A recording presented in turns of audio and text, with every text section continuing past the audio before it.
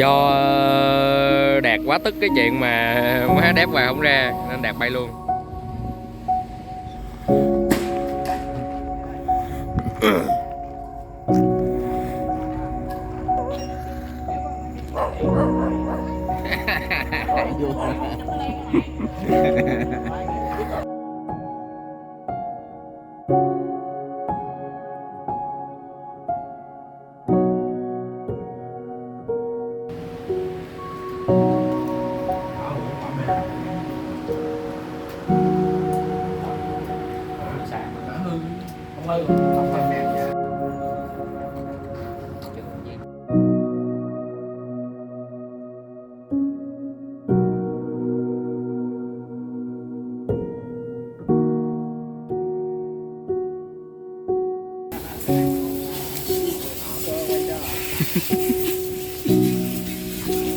Nó dữ.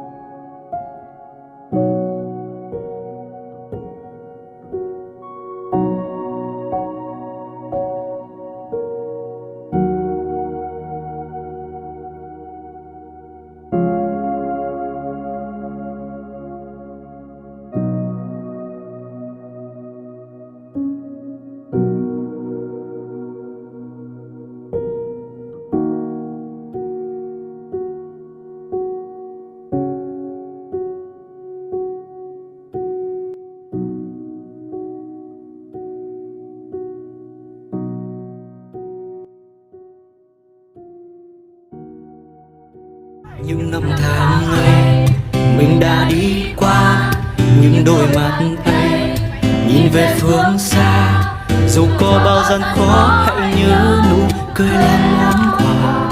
La la la la la la.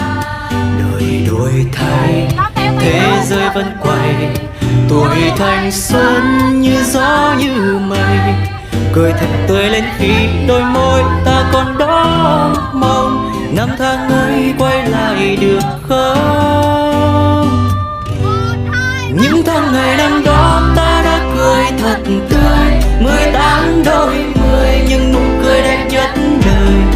Dẫu gian khó, dẫu phong ba, hiên ngang bước sóng gió sẽ qua. The second someone mentioned you were all alone, I could feel the trouble coursing through your veins. Now I know it's got a hold. Just a phone call left unanswered had me sparking now. These cigarettes won't stop me wondering where you are. Don't let go, keep a hold. If you look into the distance, there's a house upon the hill, guiding like a lighthouse. It's a place where you'll be safe to feel our grace, cause we've all made mistakes. If you've lost your way, I will leave the light on.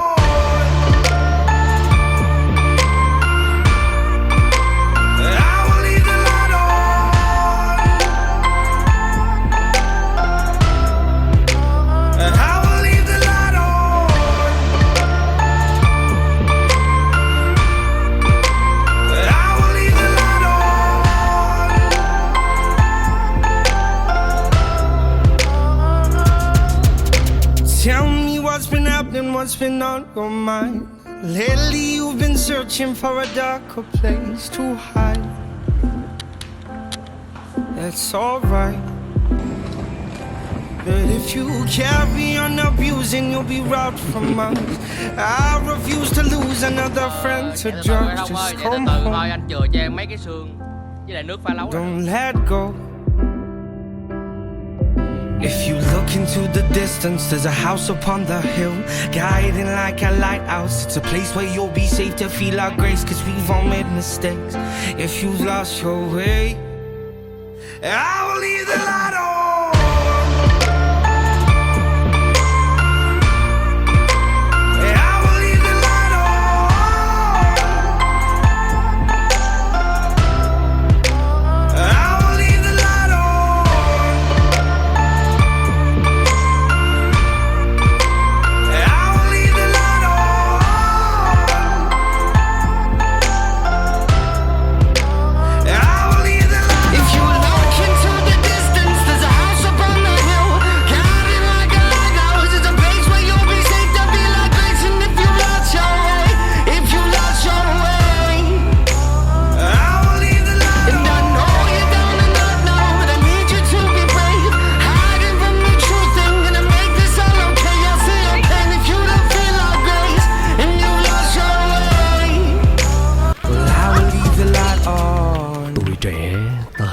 Với thứ được gọi là đam mê.